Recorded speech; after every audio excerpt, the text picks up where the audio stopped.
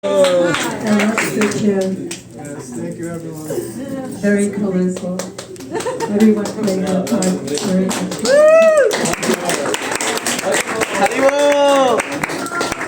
So the place where they got this from was that back in the day of my spiritual master, Srila Prabhupada, devotees used to put on such skits. And so they did the best job of it.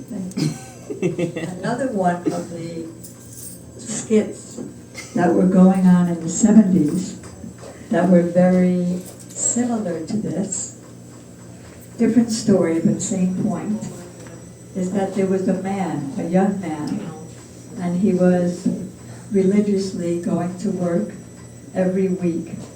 He would keep some for his maintenance, and then he would put the rest in the bank to save for when he was old. And he did this every week, every year, for many years. He told the bank teller his number, his account number, and it went on until he was old and haggard and had to use a cane and still was having trouble. Now he decided, now it's my retirement time. Now I'm not only going to get from the government, I'm going to get my whole paycheck for the last 50 years. So he went to the bank really happy, and he said, I want all my money back now. Now it's time. My number is, and she said, sir, I hate to tell you this after some calculation, but all these years you've been putting your money in the wrong bank account. So he was shocked, you can imagine, because you can't just get money from another person's bank account. So with his cane, he said, in the wrong, in the wrong, in the wrong, and then he just died from shock. So we're going in the wrong direction, hoping for something that doesn't exist. So let's go back to our history as taught by Krishna when he was ready to travel to another universe. He's speaking to his dear friend and minister, yes. Before you go there though, can you speak more to the antithesis of the situation? The antithesis is just about to come. How to be happy in any circumstance, unconditionally, and how to be connected with the supreme source of all existence, all happiness, all splendor. So Krishna is speaking to his friend Uddhava. He said, I want to tell you something from a historical narration, and it's about one Avadut. Avadut means somebody who's quite free. He's not under the rules and regulations of regular society. He does what he wants, where he wants, when he wants. But he's not a mad person, although others might think he is. He's a self-realized soul in connection with absolute reality. So there was a king, and the king's name was Yadu Maharaj. And one day the king saw this sage who was quite naked. His name was Dattatreya, and he was a partial manifestation of the Supreme Lord. So Yadu Maharaj asked, I see that you're not begging for anything. You hardly ever eat. If somebody brings you some food, then you eat it. And if somebody doesn't come and offer you something of his own accord, you just fast. But still, you're healthy and happy. And you wander about the world, seeing everything as inconsequential. So what I want to know is, because the king was so opulent, but he wasn't fully happy. So I will tell you how I'm happy. The cause is that I have 24 gurus. Our last few days here in the temple have been all about the importance of surrendering to Sri Guru. And Sri Guru is like, you could say like a pair of glasses. The glasses aren't me. There's something outside of me. Yet they help my vision. If I'm trying to see somebody and my eyes are very defective, I can't see it. But if I wear glasses, then I can see as a third party. But it acts like me to make me see better. Similarly, if it's the middle of the night and I'm trying to see you and you're trying to see me in a relationship, but it's the middle of the night, no electricity, in the forest, we can't see each other. When the sun comes up in the morning, then we can see each other, though it's a third party. Similarly, if we have the Supreme Lord in the center of our relationship, then I can actually see you, the soul, not just your bodily covering, which changes every moment in every life, but I can actually see you and have a real connection. So, I have 24 gurus. I'll tell you who they are. The earth, the air, the mountain, the fish, the pigeon, the ocean, the prostitute named Pingala, the fire, the sun, the moon, the moth, the bumblebee, the honey collector, the elephant, the deer, the fish, the hawk, the baby, the unmarried girl, the arrow maker, the snake, the spider, and the wasp. So let's hear how all of that is possible. I learned so much from all of my gurus, my 24 gurus, and thus I became happy and unattached. I traveled around the world. Nobody knows me. Sometimes I make myself visible, and sometimes I make myself invisible.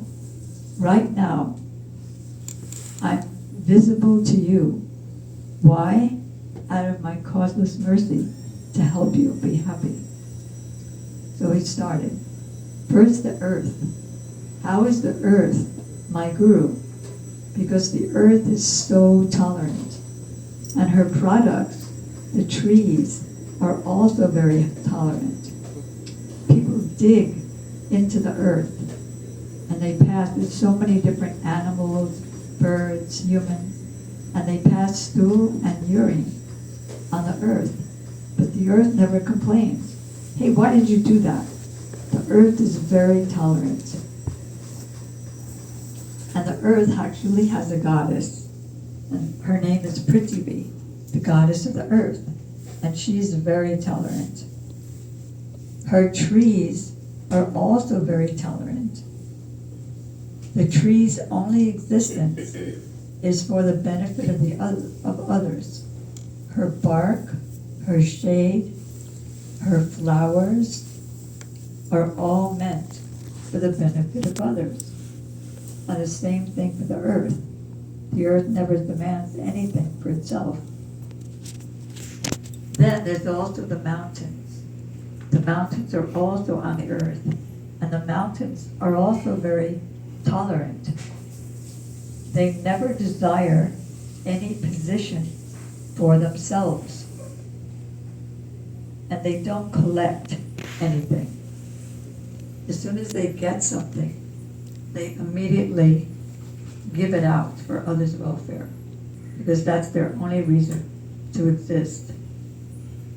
They're never engaged in gratifying their senses, which generally involves exploiting others. Oh dear, I love you so much, but really I just want to enjoy that person for my own pleasure. So then, this Dattatreya is saying, so learn this way. Don't see everything in relation to your belly. be simple and pure and only take what's required. Not thinking, oh, this is so tasty and sweet, because that involves us in the cycle of birth, old age, disease, and death. Then comes the air. Where is the air? The air is everywhere. Sometimes the air flies over foul-smelling things. Sometimes it flies to beautiful-smelling things, like a flower garden. But the air is always detached. It's never attached. I have to go back to that sweet-smelling thing. Similarly, what we can learn is that detachment. I may be in a good situation. I may be in what people consider a bad situation. But it doesn't matter to me because I'm experiencing a higher taste. There was this young boy named Prahlad, whose father was a demon, and his father hated that Prahlad was a devotee of Krishna. So he'd already tortured so many saintly people, and now he found out my son is the leader of them. So he tried to kill his son by giving him poison, by putting him in a pot of boiling oil, by putting him in a blazing fire, by putting him in a pit of elephants. His father, named Hiranyakashipu, had a sister named Holika, and she was as demonic as him. She said to him, "Oh brother, why are you so in anxiety? I can help you."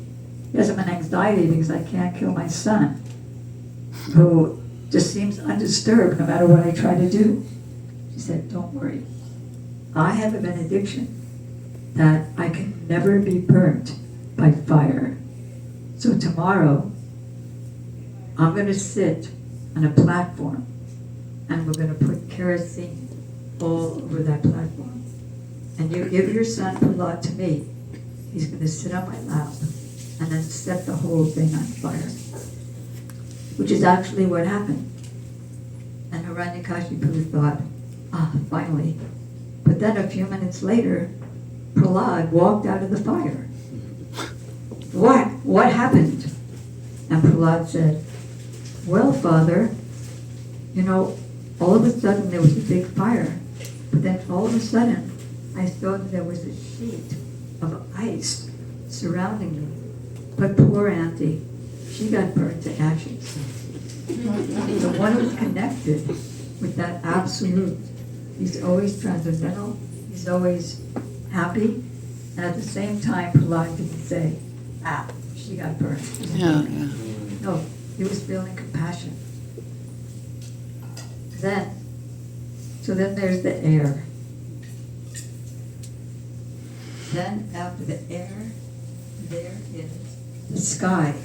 The sky, sometimes we mistake the sky and the air, but the sky is just space. What would happen if there was no space? You don't get squashed. So the sky seems like it's a color. It seems like it's blue, or dark gray, or light blue, but it's not actually. Sometimes it doesn't even seem to exist, but it's so important. Lightning seems to come from the sky. Rain, cold, but it doesn't come from the space. It's coming from certain atmospheric conditions. The sky is also always never affected by anything. Then there's also fire. Fire is also my teacher. Fire will burn anything.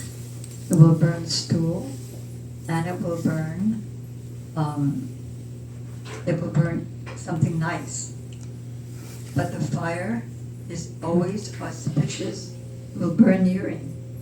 and then it will evaporate the stench and the impurity of that place.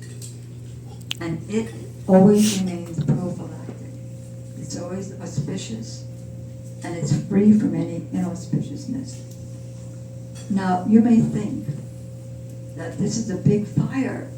This is a tiny fire from my match. But actually, the fire is neither big nor small. Fire is a power. You think those flames are fire, but they're not. Fire is a power. And where is that power? It's everywhere. And that's why I can strike a match to a stone and the fire will come out. Where else is the fire? The fire is in the stomach. And therefore it's able to digest things. So the fire never gets impure, no matter what it comes in contact with. Why? Because it's not attached. Everything changes by the movements of time. And so here we come to my next teacher. My next teacher is the moon. Just like the moon is free from birth and death, the moon is always full. Similarly, well then how come there's a half moon today? Well, how come there's a quarter moon? Well, how come there's Amavasa? No moon. It's completely dark all day and all night. The reason is our perception and the movements of time. The moon is always full, but sometimes the fullness is covered.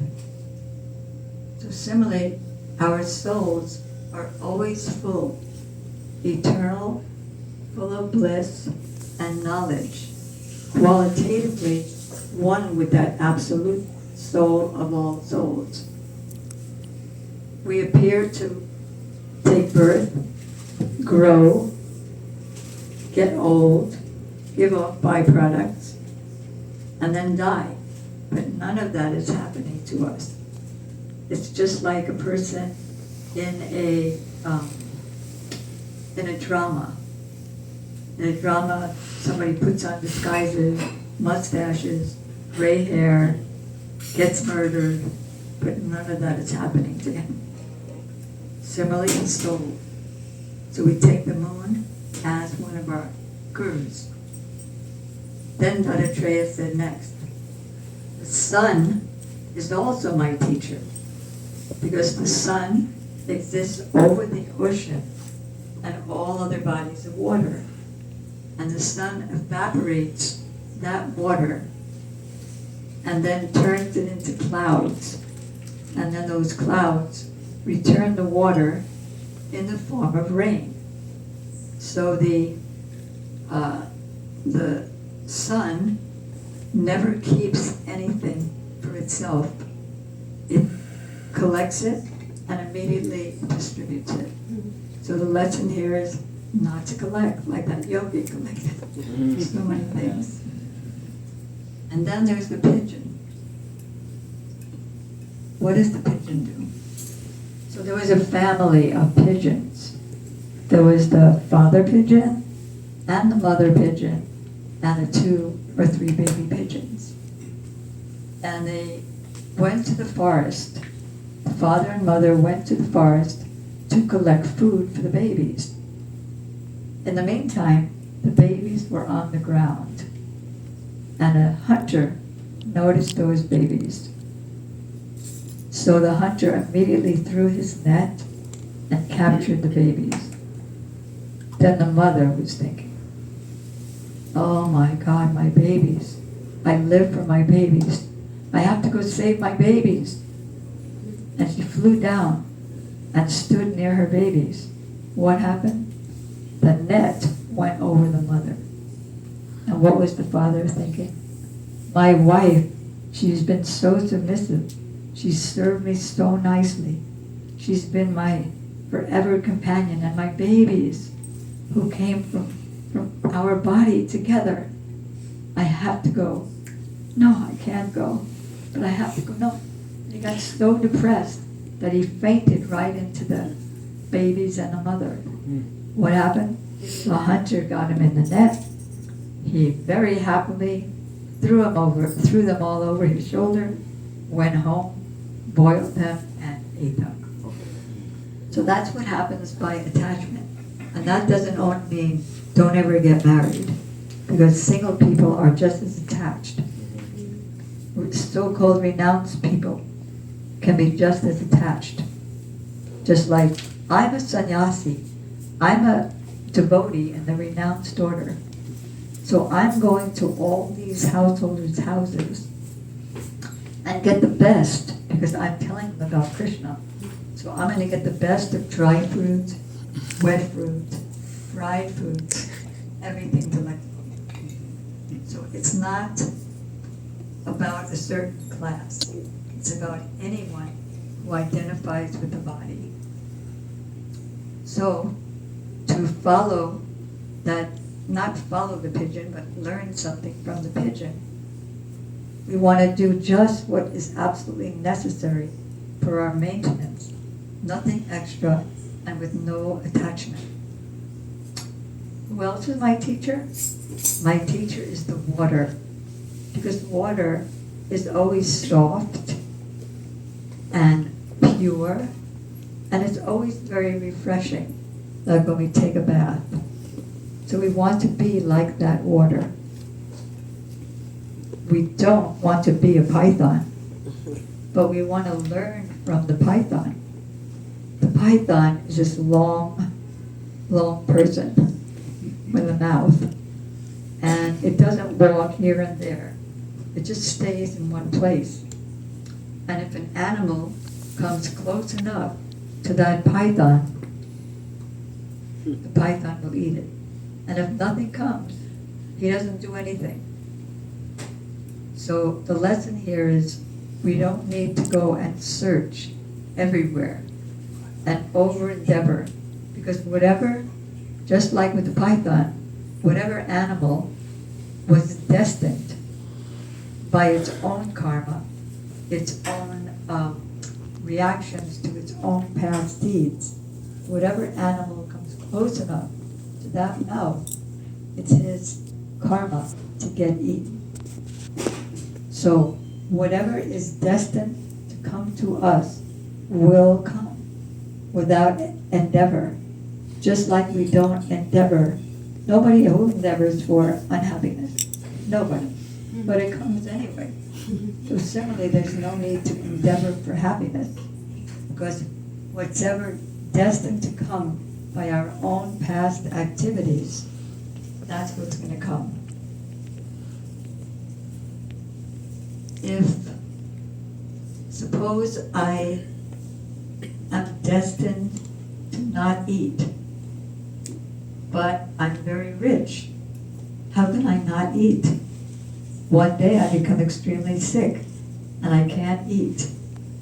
Although I'm surrounded by so many nice delicacies, I can't eat any of it. Otherwise I'll get diarrhea, or I already have diarrhea.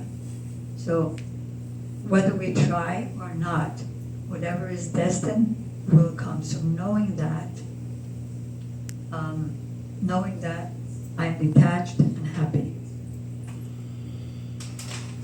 Then the ocean is also my teacher. How? The ocean is my teacher because the ocean is always laughing by its uproarious waves. And at the same time, the ocean is very grave.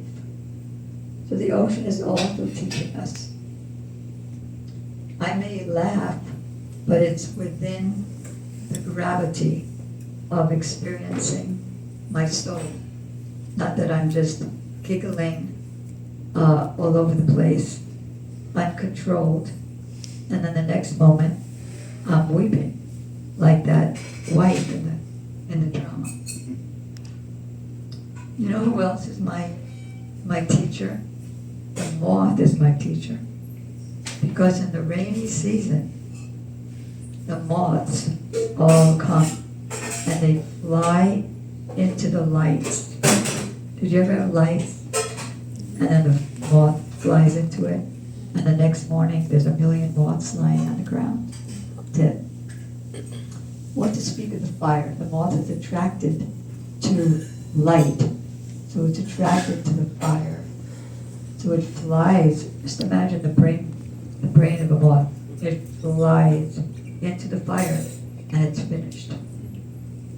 So we may get attracted to many alluring things, but if we're not careful, we try to enjoy that in the material world, like the yogi, like the man who put his money in the wrong bank account. They will be very sorry over time. The honeybee. The honeybee goes from flower to flower, and it takes the essence of the flower, which is the honey. The honeybee wants to make sure that he doesn't over-collect and then put that extra honey in the beehive. Why? Because there's also somebody known as a honey collector, a man. And that honey collector goes to the beehive to get all the extra honey. It also has a net to throw over the bees, and the bees die. So we want to be like the honeybee who collects only the essence. Now the elephant, that's a pretty scary one. The elephant is my teacher also.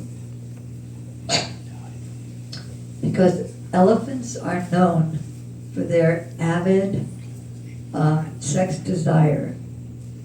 So it's very attracted to the she-elephant, but they don't know that the she-elephant has been trained by the elephant trainer.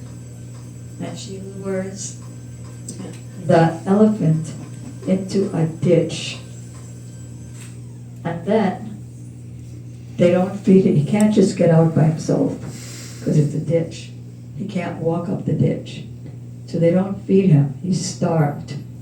And naturally he becomes very weak. And at that time, the trained she-elephant is trained to take chains. And she puts a chain around the he-elephant's legs and drags him out. And then the trainers take that elephant and brings it to the circus where it gets trained to be a dancing elephant. I saw once some nonviolent activists. They did this film of how different animals are tortured. And the he-elephant, I'm not going to go into all the details, but the he-elephant gets whipped and he screams if he doesn't do the right thing.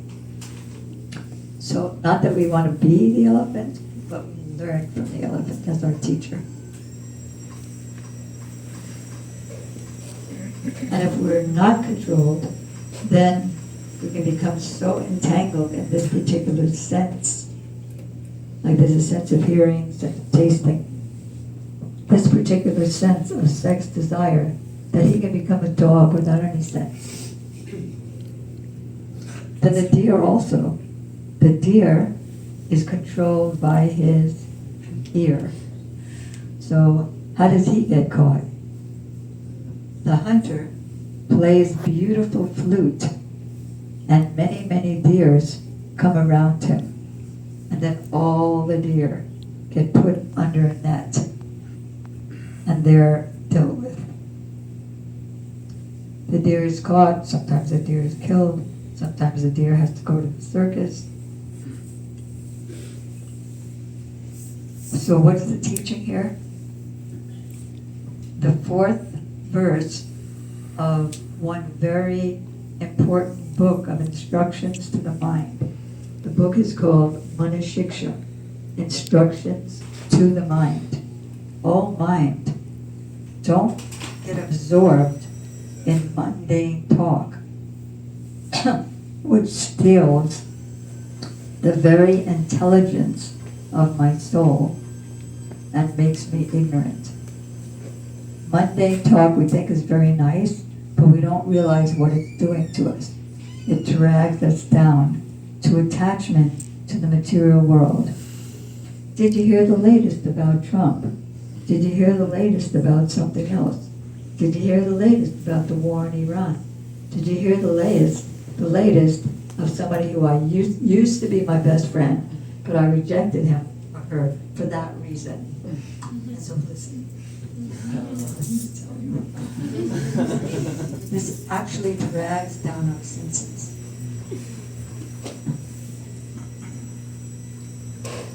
Then, who else? So the elephant couldn't control his sex desire.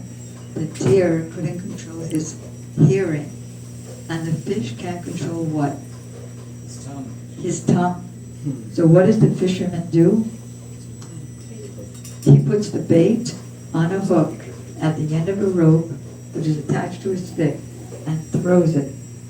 And then whatever fish gets attached to that worm, then he's hurled up and down trying to fight for his life. Then he's thrown on the ground and finished. By the way, if we eat fish, we have to become fish in our next life. Because as we sow, so shall we reap. And even the little baby is my teacher. How is the little baby the teacher? The baby's always just into his own self, like tasting his toe, or just flying his hands and legs around. He's not so concerned when other people are doing this or that around him. So one thing that we want to get out of having the fish as our teacher as to do what we need to do for our real happiness. That is hearing the narrations of the Supreme. I mean, I've been thinking about this for the last few days, how inconceivable it is that all of us and all living entities have been committing sinful activities for many, many lives. And so what reactions we're meant to achieve, how many animals I've killed, how many people I've exploited, what else do we do? Cheat, lie, shoot up with drugs, and then I have to steal in order to get enough money to get more. So how much reaction we deserve. But Krishna has made a very kind process for us. Simply chant his name. Chant the Hare Krishna mantra, especially, and then there are other names of Krishna, like Jaya Govinda, Govinda, Gopala. There are many other names of Krishna, but especially the most powerful is the Hare Krishna mantra. And hearing the beautiful narrations of Krishna's sweet pastimes, his creation pastimes, how he breathes in and out universes, his pastimes in the spiritual world, as a baby, as a son, as a beloved, so many very sweet pastimes. So another thing about the baby, why I chose the baby as my teacher, is that one shouldn't criticize the baby, because after all, he's just a baby. So everyone is controlled by their previous karmas. And so, controlled by their previous karmas, and mostly they can't even help what they do. How to help them is give them a higher taste, and automatically he gives up the lower taste. Just like a child, he just wants to play. And if you just try to take away his toys, he'll just get angry and cry and punch you like the baby here. Ghana was punching her father. But if you give the child a higher taste, like education, wow, I get to learn, then he automatically gives up the lower taste. And then there's the unmarried girl. She's also my teacher, another one of my 24.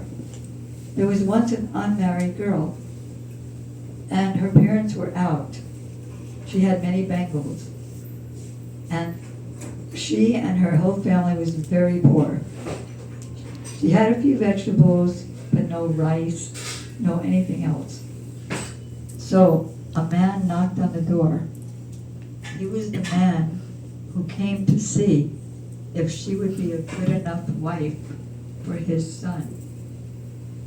But because she had these bangles on, he would be able to tell that she went out begging. He would be able to tell that she's very poor, and he would reject her. So she took off all of her bangles except for one. There's nothing to jingle because it's only one bangle. So and so he liked her. So what do we learn from here?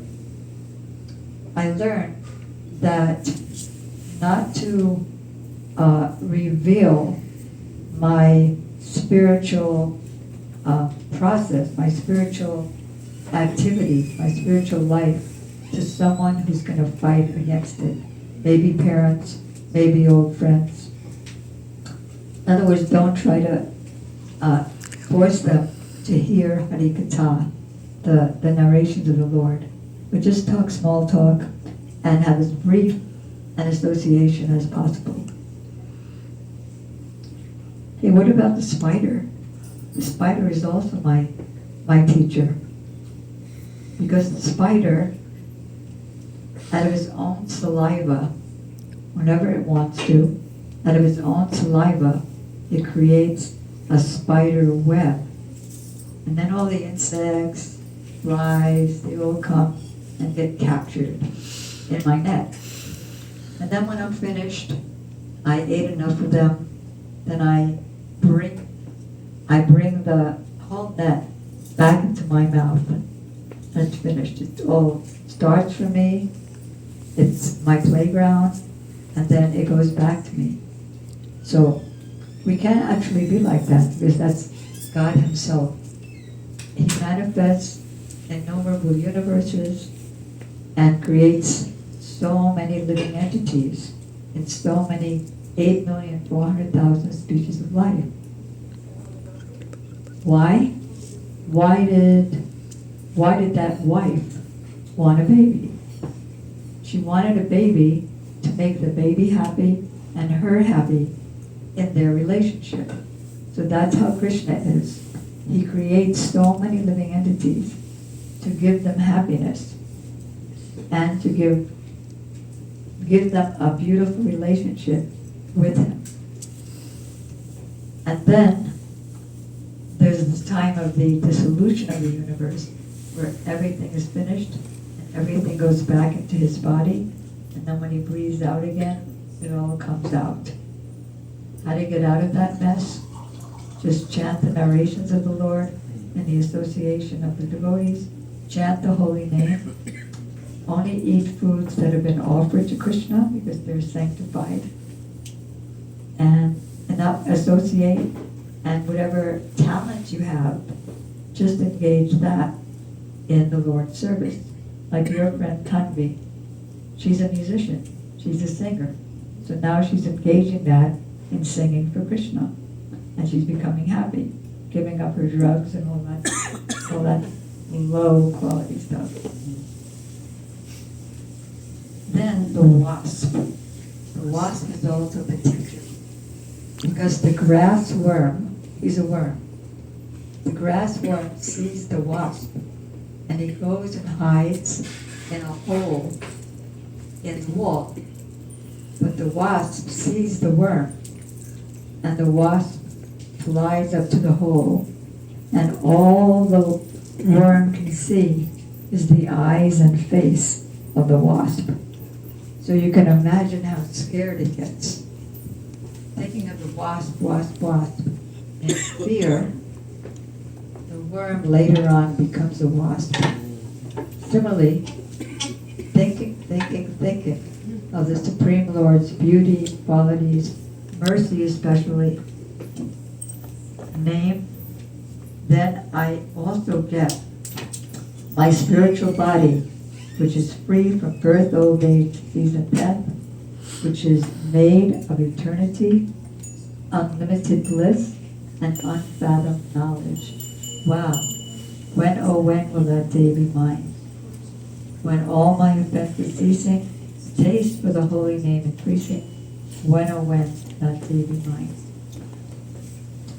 Okay, so we're going to end here and ask for any questions or comments. Santi, oh,